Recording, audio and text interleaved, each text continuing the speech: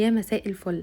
يلا بينا نعمل ترند المكشكشة اللي مكسر الدنيا ابو 450 جنيه. هنعمله يكون اقتصادي، وهقول لكم كمان ايه البدائل اللي ممكن نستخدمها لو في حاجة مش موجودة عندكم، وهيطلع شكلها تحفة جدا ومقرمشة بقى ومتحمرة حلوة قوي. اول حاجة نحضر الكريمة.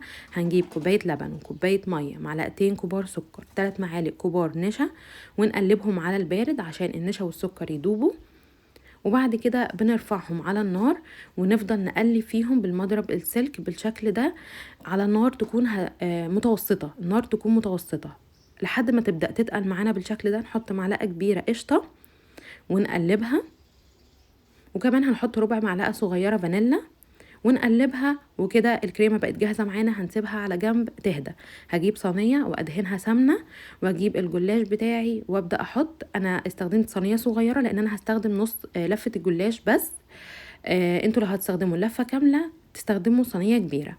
هحط طبقات جلاش من تحت وادهن ما بينها بالسمنه بالشكل ده. حطيت نص كميه الجلاش تحت والنص هحطها فوق. وبعد كده هحط الكريم، هتكون هديت شويه، احطها بالشكل ده كده. وبعدين هجيب بقيه كميه الجلاش هقطعها بعرض الصينيه، تكون نفس العرض بتاع الصينيه، واكشكشها بالشكل ده وابدا احطها فوق.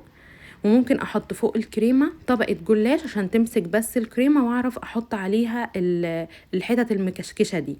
اكشكشها بقى بالشكل الجميل ده. عملت كل الكميه اللي فاضله معايا فوق، وهرش عليها من فوق حبه سمنه ادهنها كده بالشكل ده عشان ايه تتحمر كده وتكون مقرمشه معايا وحلوه.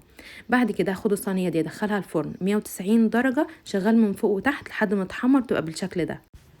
اول ما تطلع بقى وهي سخنه هجيب نص كوبايه حليب مكثف محلى واحطها عليها، طبعا يكون بارد وهي سخنه عشان تبقى مقرمشه معانا وتشربه. طب لو ما عنديش حليب مكثف اعمل ايه؟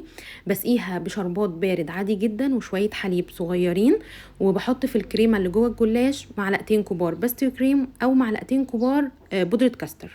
وممكن كمان احط معلقتين شربات مع الحليب المكثف عشان ايه تشرب كده من الجناب وتنزل عليها من تحت. طبعا وهي سخنه هتشرب وهتبقى مقرمشه معايا وتحفه جدا. شايفين لونها شكلها خطيره جدا يا جماعه، لازم تجربوها. وزي ما قلت لكم مش مكلفه خالص، يعني ممكن نعملها في البيت بمنتهى السهوله وبتكلفه قليله جدا.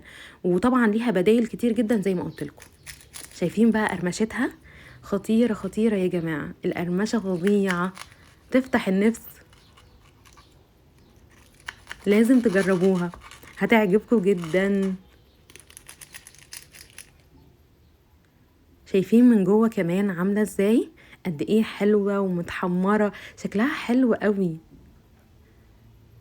تعالوا كمان اسمعوا الخروشه بقى اللي فوق، شايفين بتخروش ازاي، حلوه قوي. يا رب وصفه النهارده تكون عجبتكم، واشوفكم في وصفه تانية، ومع السلامه.